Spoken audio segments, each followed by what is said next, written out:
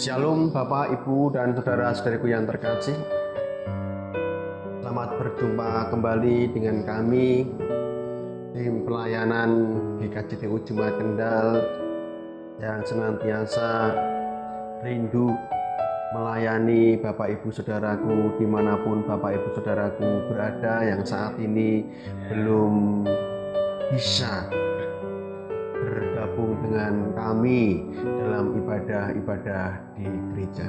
Tetapi kami yakin, kami percaya Bapak Ibu semua masih setia di dalam iman kepada Yesus Kristus, masih senantiasa tekun di dalam ibadah keluarga, membangun mesbah keluarga sendiri-sendiri dalam rumah.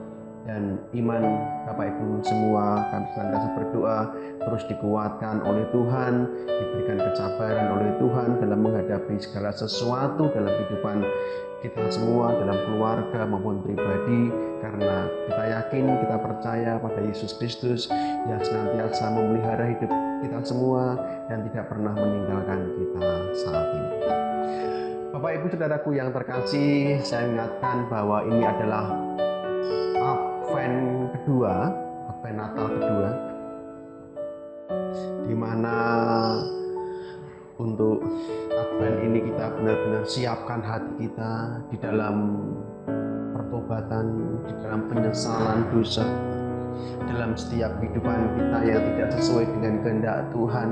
Dalam Advent ini kita benar-benar sucikan, kuduskan hati kita melalui kuasa Roh Kudus yang kita minta untuk hadir di dalam hati kita, mengubahkan kita, memperbarui kita, sehingga di dalam Advent Natal ini, penantian kehadiran Yesus Kristus ini, kita benar-benar bisa mempersiapkan dengan sungguh-sungguh dan benar-benar memahami tentang Advent itu sendiri, memahami tentang penantian itu sendiri, dan tidak pernah kehilangan pengharapan bahwa Yesus Kristus itu datang.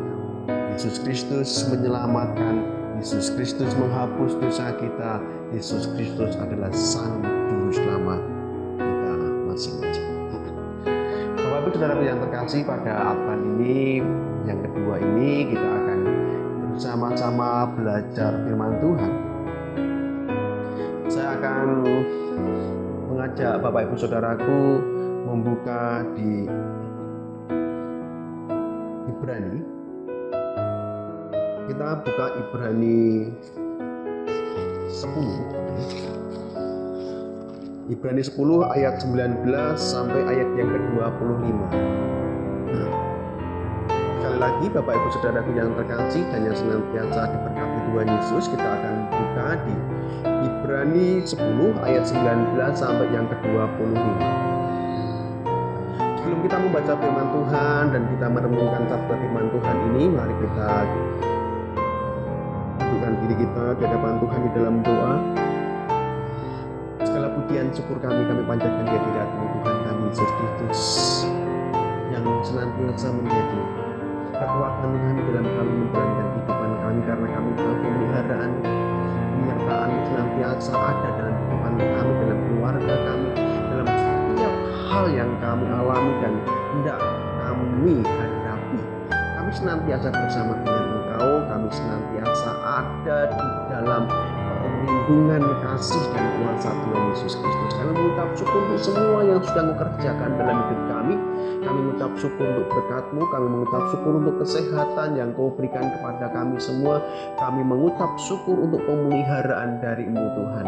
Dan pada saat ini, di Advent yang kedua ini Tuhan, kami hendak bersama-sama membaca firman-Mu, merenungkan sabda firman-Mu, kabar-kabar surgawi apa yang hendak Engkau berikan kepada kami saat ini, sebagai perenungan kami, sebagai kekuatan kami dalam kami menjalankan kehidupan kami. Berkati kami semua Tuhan, berkati kami semua. Di dalam kuasa Yesus Kristus kami berdoa, mengucap syukur. Amin. Saya bacakan untuk Bapak Ibu Saudaraku yang terkasih, dan Bapak Ibu Saudaraku yang terkasih bisa menyimaknya sendiri di rumah. Dan kalau saat ini sudah berhadapan dengan firman Tuhan, dengan Alkitab masing-masing, saya akan membukakan dan saya akan membacakan untuk Bapak Ibu Saudaraku yang saya kasih. Ibrani 10 ayat 19 sampai ayat yang ke-25, demikian sabda firman Tuhan. Ketekunan. Jadi saudara-saudara, oleh darah Yesus kita sekarang penuh keberanian dapat masuk ke dalam tempat kudus. Karena Ia telah membuka jalan yang baru dan yang hidup bagi kita melalui tabir, yaitu dirinya sendiri. Dan kita mempunyai seorang imam besar sebagai kepala rumah Allah. Karena itu marilah kita menghadap Allah dengan hati yang tulus ikhlas dan keyakinan iman yang teguh, oleh karena hati kita telah dibersihkan dari hati nurani yang jahat dan tubuh kita telah dibasuh dengan air yang murni. Marilah kita teguh berpegang pada pengakuan tentang pengharapan kita, sebab Dia yang menjanjikannya setia. Dan marilah kita saling memperhatikan supaya kita saling mendorong dalam kasih dan dalam pekerjaan baik. Janganlah kita menjauhkan diri dari pertemuan-pertemuan ibadah kita seperti dibiasakan oleh beberapa orang, tetapi marilah kita saling menasehati dan saling giat melakukannya menjelang hari Tuhan yang mendekat. Demikian sabda firman Tuhan. Bapak Ibu Saudaraku yang terkasih, di Advent kedua ini berbahagialah kita yang senantiasa rajin mendengarkan sabda firman Tuhan, rajin membaca Alkitab, dan berbahagialah kita yang senantiasa juga merenungkan sabda firman Tuhan itu dalam kehidupan kita sehari-hari, serta terlebih-lebih berbahagialah Bapak Ibu Saudaraku yang saat ini terus menjadi pelaku-pelaku sabda firman Tuhan dalam kehidupan kita sehari-hari. Shalom Bapak Ibu Saudaraku yang terkasih, diberkatilah kita semua di dalam pemeliharaan Tuhan. Dijagailah kita semua oleh kasih dan kuasa Tuhan, dan Roh Kudus senantiasa menuntun kita semua di dalam kita menghadapi segala sesuatu, pergumulan, tantangan, dan segala sesuatu yang Tuhan izinkan ada dalam kehidupan kita. Tetapi kita terus yakin Roh Kudus, Roh Allah terus membimbing kita, menguatkan kita umat-umatnya untuk senantiasa hidup sesuai dengan kehendak Tuhan dan hidup di dalam tuntunan Tuhan. Pada kesempatan hari ini, dalam ibadah Advent yang kedua ini, kita hendak belajar tentang mendekatkan diri pada Tuhan dengan benar. Dalam Advent yang kedua, kita senantiasa isi dengan pertobatan, pemulihan hati, pemulihan luka hati yang selama ini masih senantiasa ada dalam kehidupan kita, yang dalam 1 tahun ini masih mengganjal dalam diri kita. Kita belum bisa mengampuni, kita belum bisa membuang sebuah kepahitan, kita masih belum bisa menyisihkan iri kita, apalagi masih ada benih-benih kedengkian dalam hati kita. Itu sekiranya di dalam Advent yang pertama, kedua, ketiga, kita mencoba untuk mengoreksi diri kita masing-masing, mengoreksi kita dan mengakui bahwa kita itu orang berdosa. Di hadapan Tuhan kita orang berdosa. Dalam 1 tahun ini memang banyak hal yang sudah kita kerjakan, dan kadang banyak hal yang kita kerjakan itu justru mendukakan hati Bapa kita. Kita tidak seturut dengan tuntunan Roh Kudus yang sudah Tuhan nyatakan kepada kita, berikan kepada kita untuk menuntun kita, tetapi kita masih dituntun oleh keegoan, kedagingan, keinginan kita. Kita belum bisa mengutamakan kehendak Tuhan, menyenangkan hati Tuhan, tapi kita masih pengen dan senantiasa hidup kita menyenangkan hati kita sendiri, menyenangkan diri kita sendiri, dan belum mampu mengutamakan Tuhan, memprioritaskan Tuhan dalam kehidupan kita. Dan di Advent yang kedua ini, mari kita menundukkan diri kita. Kita mencoba untuk mendekatkan diri kita, hati kita, roh kita kepada Tuhan.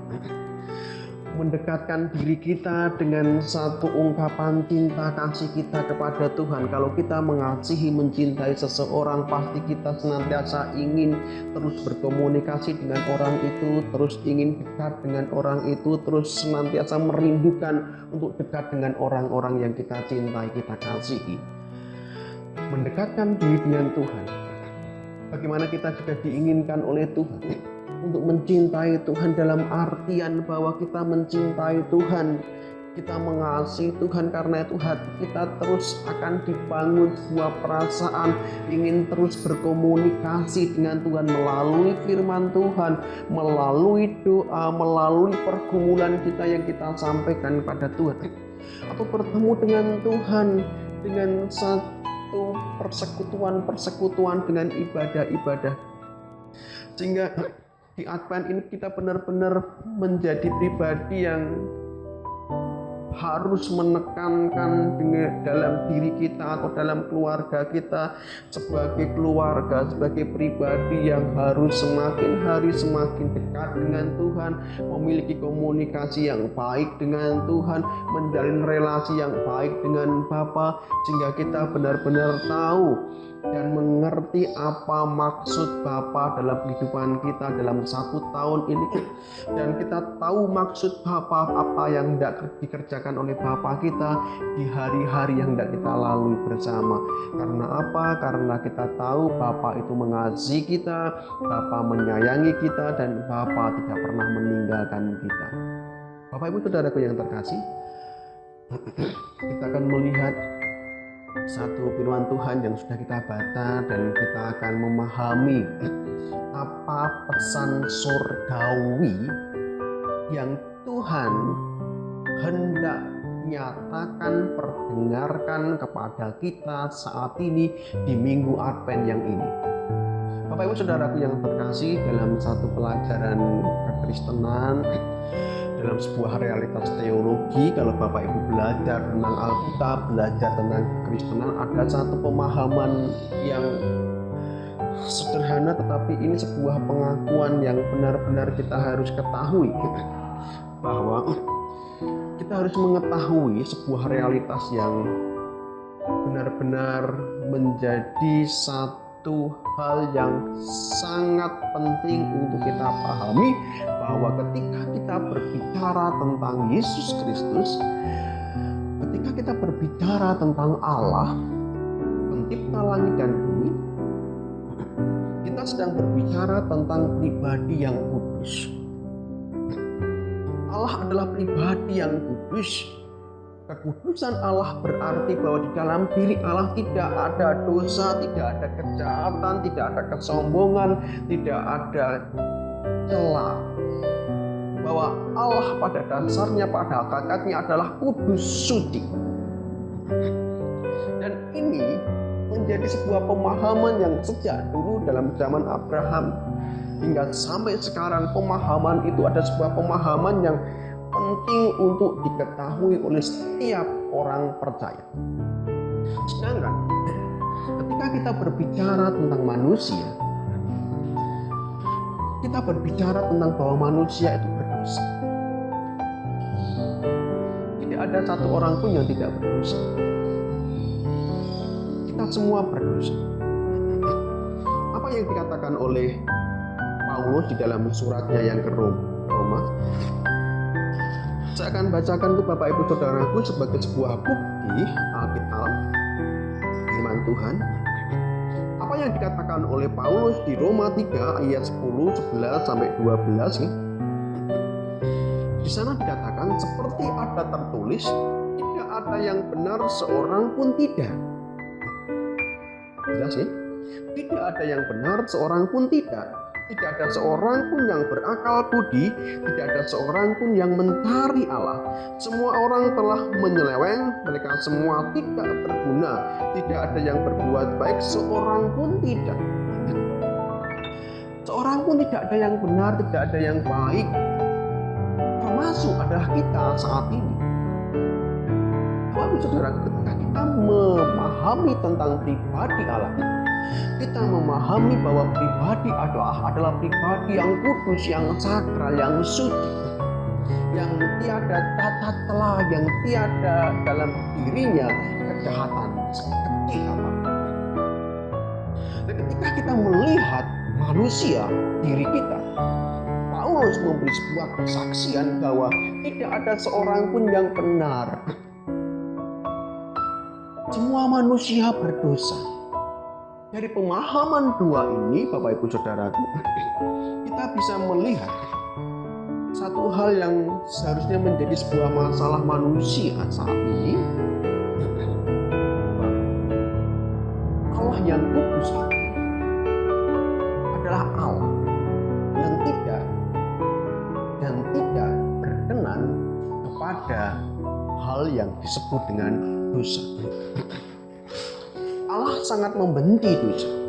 Allah tidak suka dengan dosa. Padahal manusia hidup di dalam dosa.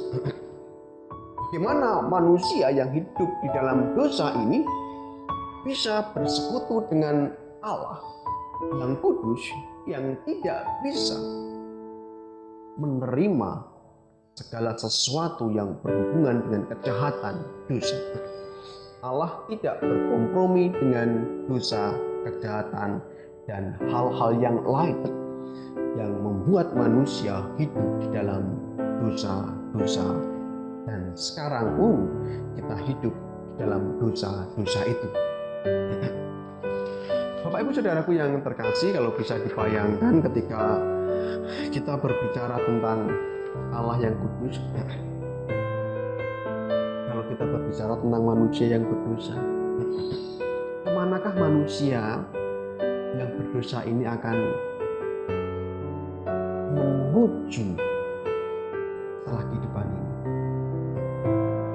Paling tidak ini menjadi sebuah pertanyaan kita di Advent ini. Ketika kita terus membiarkan dosa-dosa itu selalu merasa ada dalam diri kita, dalam hidup kita, dalam keluarga kita, maka kemana tujuan hidup manusia kalau ia senantiasa hidup di dalam dosa? Padahal dalam 1 Petrus juga katakan, kuduslah kamu sebab aku kudus. Kekudusan gak bisa bersekutu dengan dosa.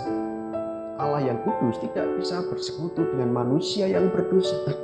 Bagaimana kita bisa menguduskan diri kita kalau kita masih hidup terus-menerus di dalam dosa?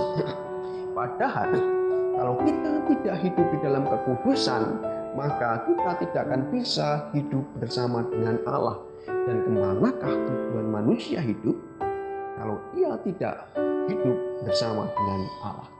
Menjadi satu pertanyaan besar, dan Bapak Ibu Saudaraku di Advent ini bisa menjawab, kemanakah manusia ketika ia tidak bisa hidup bersama dengan Allah yang kudus karena manusia hidup di dalam dosa.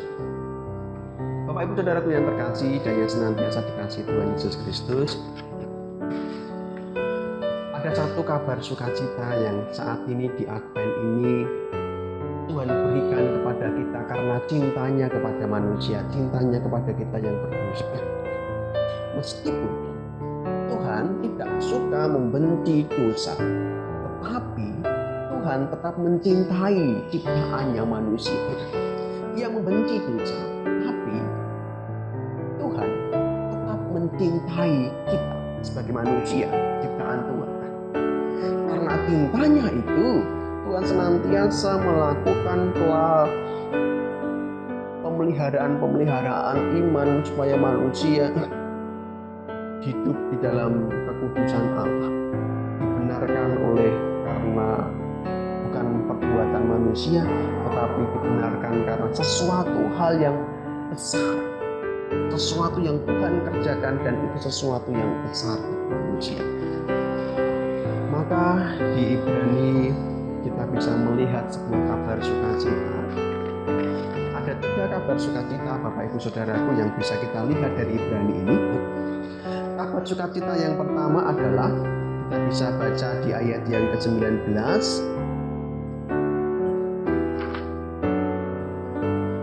Demikian sabda firman Tuhan, jadi saudara-saudara, oleh darah Yesus kita sekarang penuh keberanian dapat masuk ke dalam tempat kudus. Kita yang selayaknya tidak boleh masuk ke tempat kudus di mana Allah berada, oleh darah Yesus Kristus kita dengan keberanian dapat masuk ke dalam tempat kudus itu, kerajaan surga. Ini sebuah kabar sukacita untuk kita di Advent ini, yang juga harus menjadi satu komitmen kita bahwa kita harus senantiasa memegang iman kita kepada Yesus Kristus. Karena melalui darah Yesus Kristus, melalui kematiannya, melalui kebangkitannya, kita diberi satu hak istimewa yang luar biasa, dianugerahi sesuatu yang luar biasa, yaitu kita dilayakkan masuk ke dalam tempat yang kudus. Semua karena apa? Kita mengimani, kita meyakini semua karena anugerah kasih karunia Yesus yang Tuhan berikan kepada kita melalui darah Yesus Kristus sendiri. Kabar sukacita yang kedua, ayat yang ke-20, karena Ia telah membuka jalan yang baru dan yang hidup bagi kita melalui takdir, yaitu dirinya sendiri. Bukan hanya sekedar Tuhan melalui darahnya menyucikan, menguduskan kita, tetapi ditegaskan lagi di sana bahwa melalui dirinya, melalui Yesus Kristus, Ia membuka jalan baru, jalan yang hidup. Kalau di dalam Yohanes 14 ayat 6 kita bisa lihat di sana, Akulah jalan, kebenaran, dan hidup. Tidak ada seorang pun yang datang kepada Bapa kalau tidak melalui Aku. Yesus melakukan karyanya yang luar biasa, ajaib dan mulia. Ia hadir bagi kita. Ia hadir melayani umat manusia. Ia hadir menebus dosa kita. Dan Ia menjadi jalan sendiri bagi kita masuk ke tempat yang kudus itu. Dan yang ketiga, kabar sukacita bahwa ayat yang ke-21, dan kita mempunyai seorang imam besar. Lagi, dan kita orang-orang percaya, saya, Bapak, Ibu, Saudaraku, dikatakan oleh Ibrani, kita mempunyai seorang imam besar sebagai kepala rumah Allah. Yesus Kristus melakukan hal yang, sekali lagi hal-hal yang luar biasa untuk kita. Karena cintanya Ia melakukan hal-hal yang luar biasa bagi kita. Ia mati untuk kita. Ia membuka jalan dalam kehidupan kita, jalan menuju satu tempat yang kudus itu. Dan kabar sukacitanya, Ia sendiri adalah imam besar kita yang menjadi kepala rumah Allah. Bapak, Ibu, Saudaraku, dari kabar sukacita ini kita bisa menguatkan hati kita di Advent yang kedua ini. Kita hendak menyambut kehadiran Yesus Kristus. Tanggal 25 di dalam perayaan Natal. Maka di Advent ini kita harus mengingat siapa Yesus Kristus. Yesus Kristus adalah yang pertama. Ia adalah Sang Juru Selamat kita, menebus dosa kita, membayar lunas dosa kita melalui darahnya, melalui kematiannya. Yesus Kristus adalah pribadi yang membukakan jalan untuk kita menuju kepada ke tempat yang kudus. Ketiga, Yesus Kristus yang hendak kita peringati kelahirannya adalah Ia adalah imam besar kita, yang adalah disebut juga sebagai kepala rumah Allah. Ia punya hak mutlak, Ia punya otoritas, Ia punya hak yang luar biasa di dalam rumah Allah itu sendiri, sebab Ia adalah Tuhan kita. Ia adalah Allah sejati dan manusia yang sejati. Inilah Yesus Kristus yang hendak kita nanti kehadirannya. Dan kita menanti di Advent yang kedua ini, menanti pribadi yang besar, pribadi yang ajaib dalam hidup kita, pribadi yang kita cintai bersama-sama, dan pribadi yang mencintai kita. Lalu Bapak, Ibu, Saudaraku, hal yang juga penting untuk kita perhatikan, ketika kita sudah ditebus oleh Tuhan melalui darahnya, kita sudah diberi jalan oleh Tuhan untuk menuju ke sebuah tempat kudus, tempat Allah, dan Tuhan sendiri yang menjadi kepala rumah itu. Maka apa yang harus kita kerjakan dalam kehidupan kita sebagai wujud syukur kita, sebagai kewajiban kita sebagai orang Kristen yang sudah diselamatkan oleh Tuhan, maka kita bisa melihat di sini satu kewajiban kita sebagai orang Kristen yang sudah ditebus oleh Tuhan. Ayat yang ke-22 sampai 25 kita bisa cermati. Ada 4 kata kerja marilah. Ada 4 kata kerja marilah, dan dari kata kerja marilah ini kita akan bisa melihat ini tugas-tugas kita, ini kewajiban-kewajiban kita, orang-orang yang sudah ditebus, diselamatkan, dan diberi jalan oleh Tuhan. 22 ayat 22, karena itu marilah kita menghadap Allah dengan hati yang tulus ikhlas dan keyakinan iman yang teguh. Tugas kita, kewajiban kita orang-orang yang sudah diselamatkan Tuhan adalah yang pertama, marilah kita menghadap Allah dengan hati yang tulus ikhlas dan keyakinan iman yang teguh. Menghadap Tuhan, menghadap hadirat Tuhan, mendekatkan diri kita dengan Tuhan dengan cara apa? Hati yang tulus ikhlas. Artinya ketika kita datang pada Tuhan, bersekutu dengan Tuhan, mendekatkan diri dengan Tuhan, itu kita mendekatkan diri bukan karena paksaan, bukan karena ada udang di balik batu, karena ada keinginan-keinginan kita, tapi kita dengan tulus ikhlas mendekatkan diri kita kepada Tuhan dengan segenap hati kita dan dengan iman kita yang teguh. Iman yang teguh artinya kita mendekatkan diri kita kepada Tuhan, dan Tuhan Yesus adalah satu-satunya Tuhan dan Juru Selamat, dan tidak ada yang lain. Iman kita harus ada di sana, pengakuan kita harus ada di sana.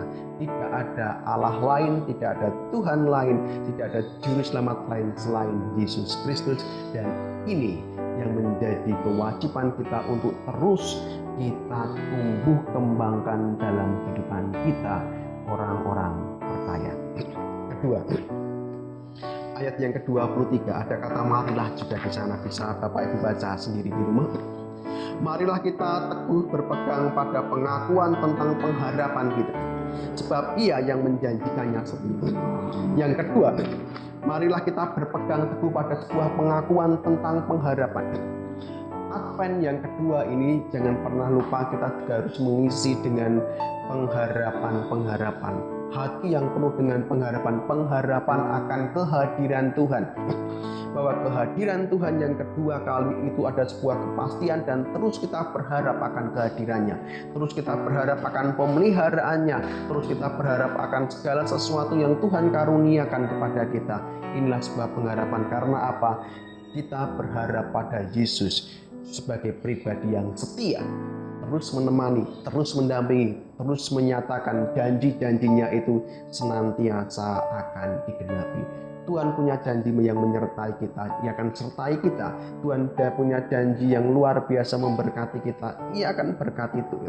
Dan janji yang luar biasa yang ditunggu-tunggu oleh orang-orang percaya adalah Tuhan berjanji akan datang untuk kedua kalinya, dan janji itu harus kita terus pegang sebagai pengharapan yang besar dalam kehidupan kita.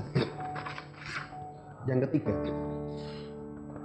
kewajiban bagi orang yang sudah diselamatkan oleh Tuhan Yesus, ayat yang ke-24. Marilah kita saling memperhatikan supaya kita saling mendorong dalam kasih dan dalam pekerjaan baik.